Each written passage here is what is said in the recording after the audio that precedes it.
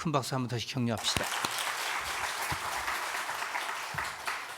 저는 경기도 안산에서 태어났는데요. 소풍을 가는 때마다 옛날 때때옷 입고 가잖아요. 새로운 옷을. 어머니께서 내일 소풍 가는데 저녁에 옷을 사오셨어요. 아마 안양에 가가지고 사오신 것 같아요. 제가 옷을 입었는데 이 목폴라가 있는 옷이었어요. 그걸 입고 사이다 한 병을 가지고 소풍을 갔습니다. 근데 여학생 하나 나가가 똑같은 옷을 입었어요. 내가 너무 괴로운 거예요. 여자 옷을 사오신 것 같아요. 어디 가서 집에 가서 옷을 벗고 패딩 기치면서 엄마한테 막 대들었던 얘기가 생각이 나요.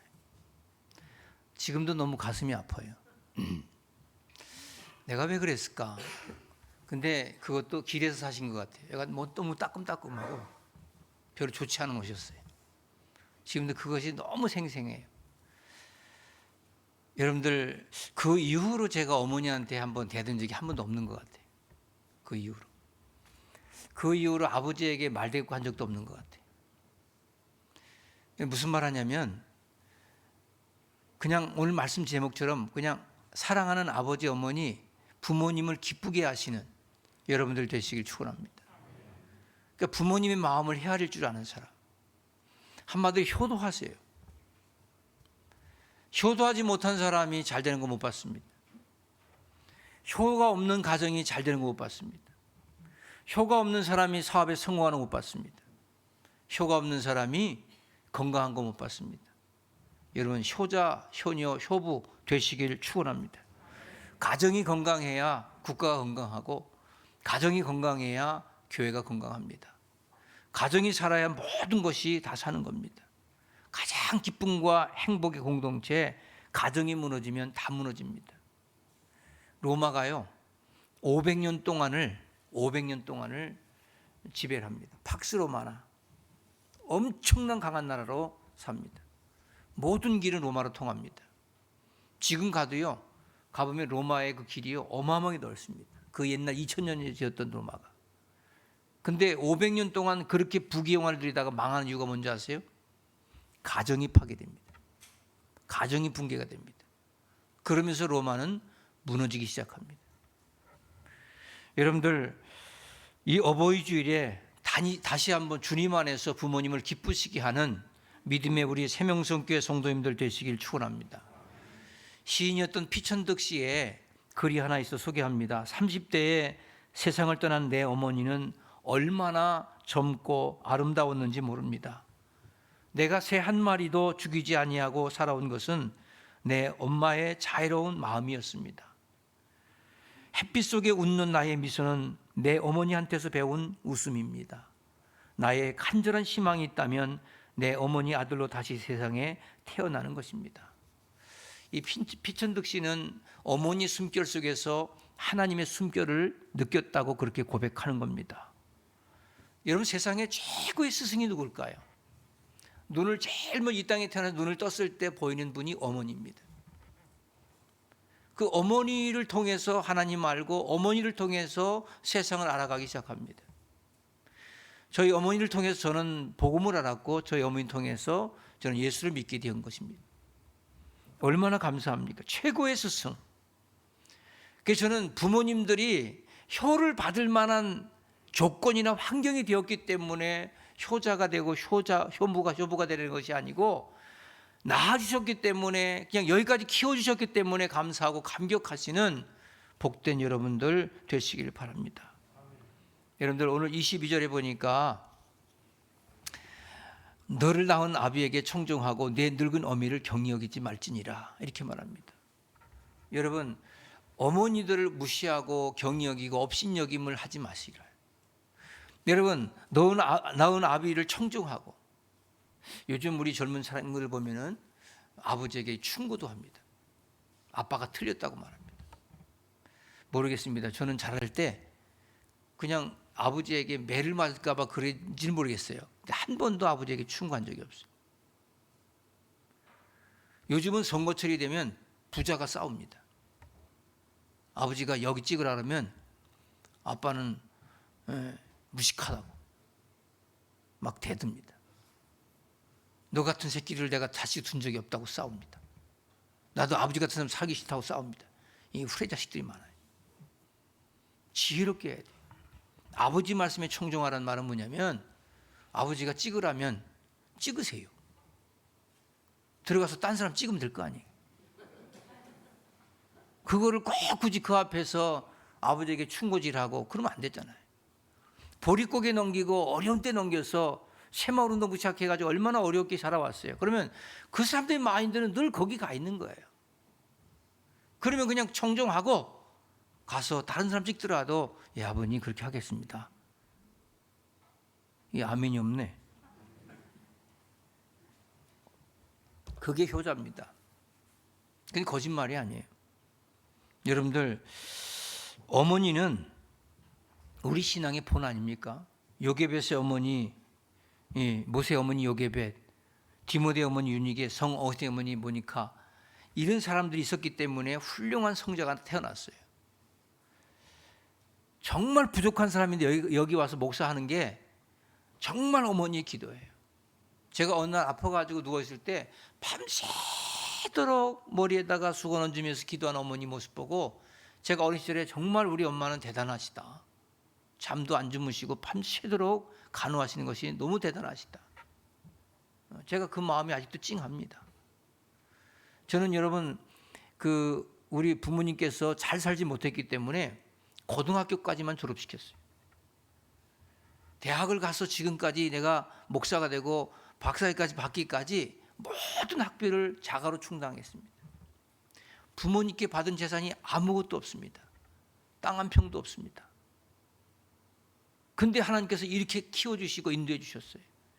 그래서 저는 그 부모님이 감사한 거예요. 왜 감사하냐면 이렇게 만들어주신 하나님이 그 부모님을 통해서 하신 것 같아요. 그래서 나에게 많은 것을 물려주어서 내가 효하는 게 아니고 내게 많은 것을 주었기 때문에 효자가 되는 것이 아니고 나를 낳아주시고 고등학교까지만 해도 졸업시켜주신 그 어머니가 부모님이 너무 감사한 거예요. 그 이후에 진행되도록 나에게 자립심도 주시고 또 그렇게 교육하신 그 부모님들의 은혜가 얼마나 고맙습니까? 할렐루야. 저는 지난 5월 5일 날 우리 사형제 목사들이 다 모였어요. 민누리 사위가 다 모였습니다. 그리고 동그랗게 거실에 앉아서 우리 같이 한번 통성기도하자. 어머니 건강을 위해서 기도하자. 아버님 먼저 가셨거든요. 그리고 또 가정을 위해서 기도하자. 가문을 위해서 기도하자. 같이 함께 기도하고 마친 기도를 제가 하고 축도했습니다. 그리고 같이 식사하고 용돈도 드리고 오래오래 사시라고 감사하다고. 그렇게 말을 주고받는, 같이 촬영하고 그렇게 웃고 그렇게 서로 덕담 나누는 그 시간이 너무너무 행복한 거예요. 5월 8일 어버이날 대신해서 갔기 때문에 5월 8일 아침에 새벽기도 끝나고 집에 갔는데 어머니가 또 마음에 좀 걸려요. 그래서 제가 카톡으로, 우리 어머니가 카톡을 잘 하십니다. 지금 나이도 얼마 안 되셔. 83세밖에 안 되셨어요. 근데 동영상도 잘 보시고 너무너무 잘하시고, 제가 어머니께 카톡으로 이렇게 써서 편지를 보냈습니다. 너희는 많이 먹어라. 엄마는 아까 너무 먹어서 많이 배가 부른다. 언제나 배가 부르셨던 엄마처럼 저는 배부르게 사는 삶이 되었습니다. 새벽에 늘 기도하시러 방문을 나가시던 엄마의 뒷모습에 나도 기도하는 목사가 되었습니다. 하루 종일 일하시고 오셔서도 끊임없이 집안일을 또 하시는 엄마를 닮아 부지런하고 건강한 사람이 되었습니다. 체면불구하고 행상을 나가시는 엄마의 뒷모습을 보며 누구나 저렇게 사는 것인 줄 알아 생활력 강한 인생을 살게 되었습니다. 어머니, 낳아주신 것만도 감사한데 잘 키워줘서 감사합니다. 제가 잘됨이 효도인 줄 알고 하나님의 사랑 듬뿍 담아 카네이션으로 드립니다. 사랑합니다. 고맙습니다. 감사합니다. 이렇게 드렸어요. 그랬더니 한 30분인가 1시간 지났는데 답이 왔어요. 뭐라 답이 왔냐면, 어려서 잘 먹이지 못하고 용돈도 제대로 주지 못하고 키운 생각을 하면 너무나 마음이 아프단다. 그래도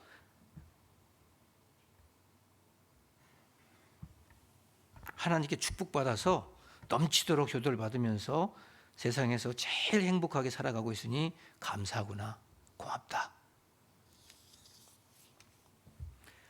제가 이 편지를 답장을 받고 그냥 새벽에 이렇게 눈에서 눈물이 나더라고요. 마지막 한마디, 고맙다. 그러니까 부모님을 기쁘게 하는 거, 이게 고맙다는 거죠. 제가 해드린 거 아무것도 없는데, 그냥 용돈 정도 드린 건데, 저는 장가가고 지금까지 양가 부모님에게 그냥 제 통장에서 자동적으로 이체되게 만들어놨어요. 돌아가실 때까지. 다 안 쓰시고 돌아가면 나한테 오겠지만, 그냥 그렇게. 왜? 제가 할 수 있는 게 그거밖에 없어요. 빅톨 위고의 말을 들을까요? 여자는 약하고요, 엄마는 강하답니다. 저는 그 강한 어머님이 돼서 강한 훈련을 받았습니다. 그래서 그 막 맨 땅에 헤딩할 정도로 교회를 세워도 겁이 나질 않았어요.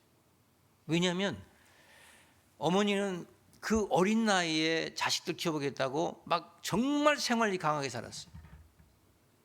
그러다 보니까 그 모습을 보면서 아, 사람은 저렇게 하는 거구나, 저렇게 살면 못할 게 없구나, 이런 걸 배웠습니다. 한 푼의 재산도 물려주지 않았지만 그런 생활력이 물려준 것이 너무너무 고맙다는 거예요. 오늘 성경 25절은 말합니다. 네 부모를 즐겁게 하며 너를 낳은 아비를 어미를 기쁘게 하라. 여러분들, 아버지라고 하는 아비 붙자가요, 어떻게 되는지 아세요?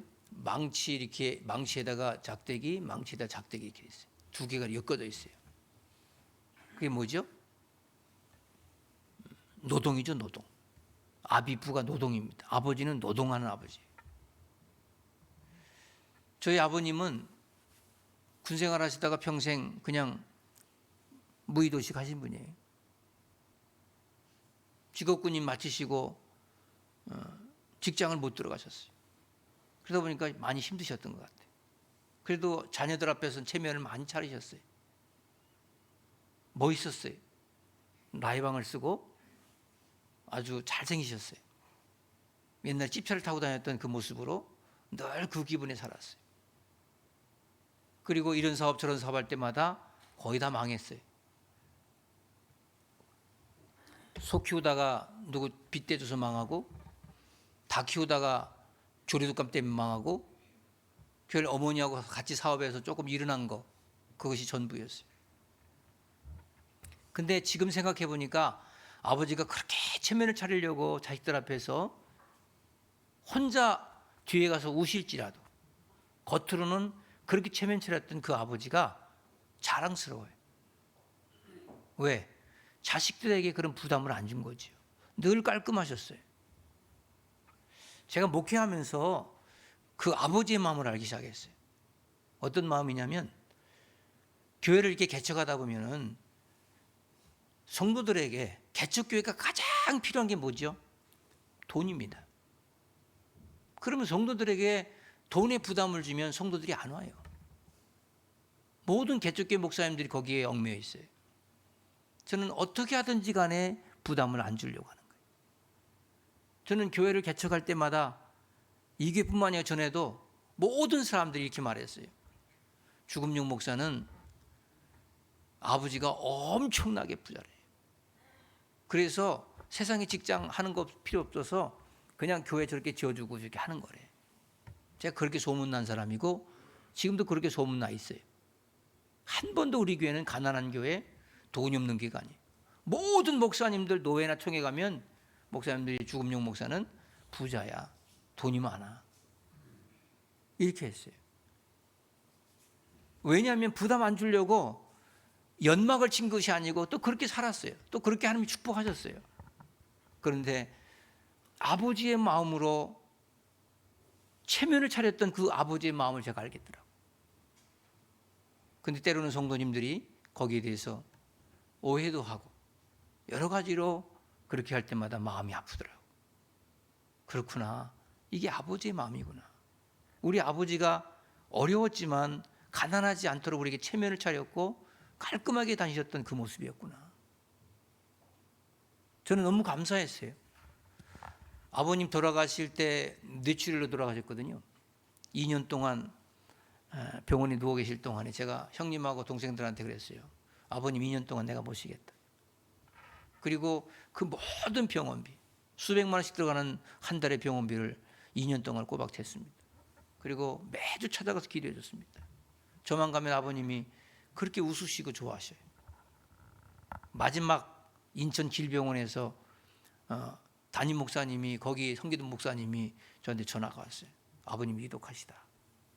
제가 갈 때까지, 의사를 바꾸라 해서 갈 때까지 숨을 끊지 않게 좀 해달라고, 인공호흡을 시켜달라고, 산소호흡을 좀 해달라고. 이제 가서 마지막 아버님 머리에 손 얹고 기도하고 호흡기 뺐어요.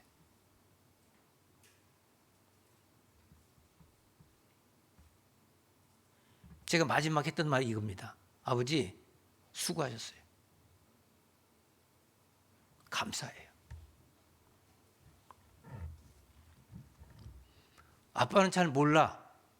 아빠는 내 마음 몰라. 이런 말이 아니고 늘 아버지를 기쁘게 하는 거예요.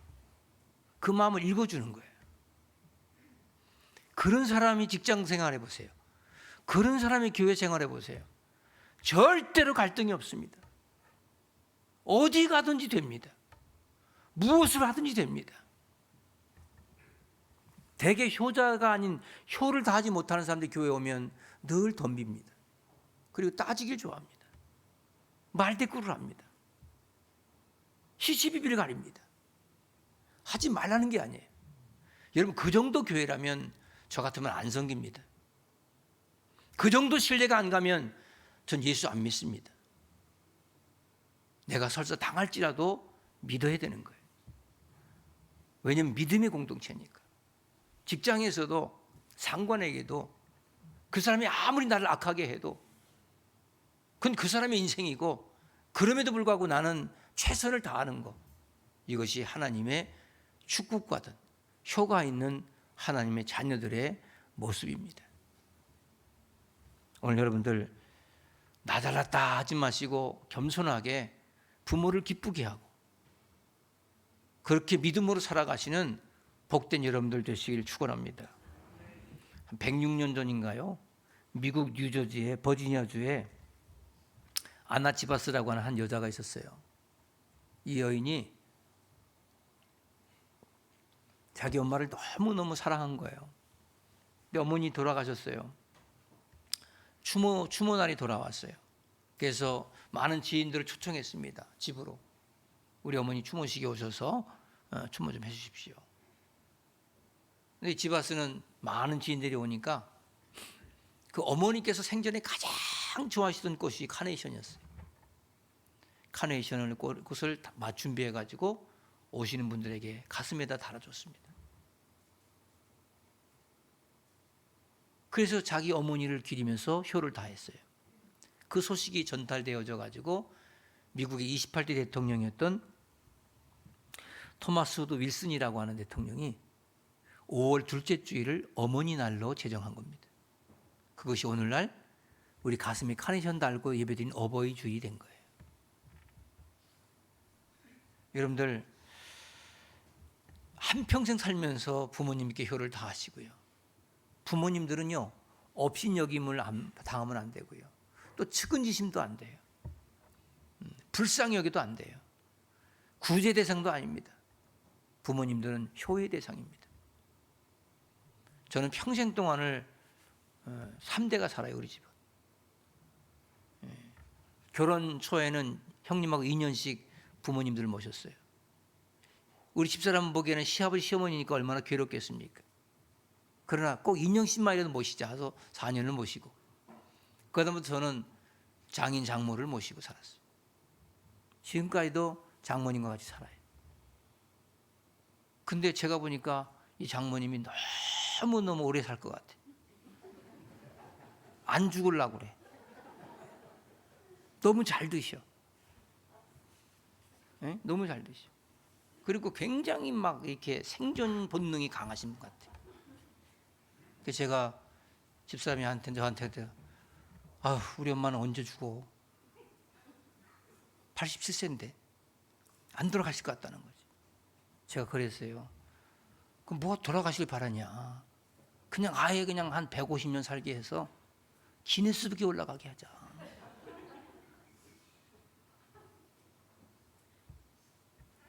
저는 어디 이제 갔다 올 때마다 이렇게 뭐 사다 드리거든요.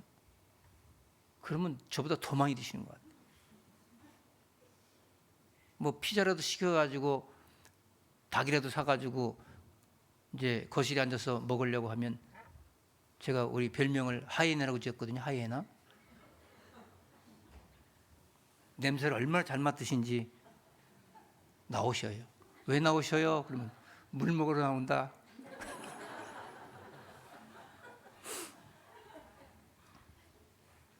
그래서 제일 중요한 부위 이렇게 드리면 들어가서 또 다 드시고 뼈만 남기고 또 나옵니다.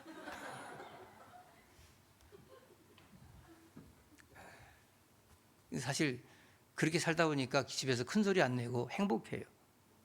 그리고 늙어가신 그 모습 보니까 또 우리의 미래 아닙니까? 그래서 너무 감사해요. 여러분들 정말 한평생 부모님을 즐겁게 하는 우리 세명성교 성도님들 되시길 축원합니다. 이왕 섬기는 거 잘 섬깁시다. 할렐루야. 지금까지 못 섬겼다면 잘 섬기시길 바랍니다. 부모님께는 말대꾸도 하지 마세요. 예, 아버지 그렇게 할게요. 어머니 말씀이 옳아요. 어머니 고생하셨어요. 너무 고마워요. 너무 감사해요.